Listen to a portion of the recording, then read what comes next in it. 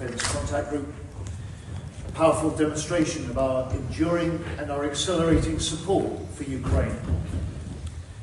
Our UDC mission is simple: to ensure Ukraine's forces have what they need to fight the war now, and to secure the peace for the future. And the fighting on the front line continues. Ukraine continues to fight with huge determination and courage. Ukraine continues to inflict deep damage on the Russian military. And now Russia is routinely firing more than 300 drones a day into Ukraine. This is a significant shift. It could be sustained at this rate throughout 2025. Cities hit, homes destroyed, civilians killed. In Ukraine, the United States, all of us here, are calling for a ceasefire. We are for peace. Putin continues the war. So the work of this contact group becomes even more important. We must step up, we must never step back. And so for our part in the UK, we delivered to Ukraine 10,000 drones last year. We'll increase that tenfold this year. Last year we trained Ukrainian forces in the UK. This year we will do so again at home and abroad, increasing our funding for that training by 20% to nearly £250 million. And our resolve is matched by allies from Europe and beyond, who've made major pledges today worth billions of euros to support Ukraine in its fight. President Zelensky and Minister Umєrов leave this meeting knowing that we stand with them, knowing that we will stand with them for as long as it takes. Peace through strength is what President Trump calls for. The strength comes from the support through this UDCG. And so we send a message today also to Moscow. Ukraine is strong. It has many friends. Its friends stand with them. Thank you. It's Ukrainian Defense Contact Group meeting. UDCG remains the most important platform for coordinating our international military aid to Ukraine. Our meeting sends an important message to the free world supports Ukraine in its fight for a just and lasting peace. Today's meeting of UDCG marked a new stage in our joint efforts. We always discuss and was today also approached by some of our closest partners who are providing billions in military aid to Ukraine and who are building joint ventures with us and buying from Ukraine industry for Ukraine needs. Our partners came to me and asked if Ukrainian companies could build factories for producing their cutting-edge products in their countries. Ukraine's military needs are the most important factor for us. I always stress this in our conversations with partners, and our partners said that they are willing to fully pay for all the production from these factories, and that our partners will even appropriate more funding for this.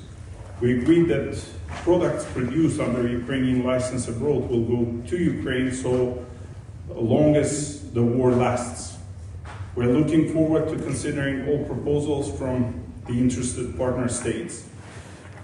We didn't have the name confirmed yet, but we call it for now Ramштайн Investment to Industries Initiative, which is a strategic shift. Under this initiative, Ukrainian companies could invest in our UDCG partner countries, and companies from UDCG countries can build their mega factories in Ukraine. We'll build drones, missiles, ammunition, and other weapons together. Ukrainian drones have changed the battlefield, and now they will change how Рамштайн countries prepare for future threats.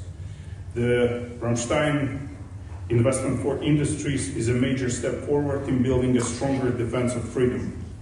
We hope that the Рамштайн Industries Investment to Industries initiative will be supported through the SAFE program.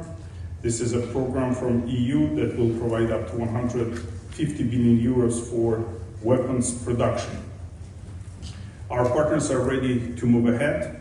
This is a win-win for everyone. Ukrainian companies can invest in Europe, and European companies or Euro-Atlantic companies can build their factories in Ukraine.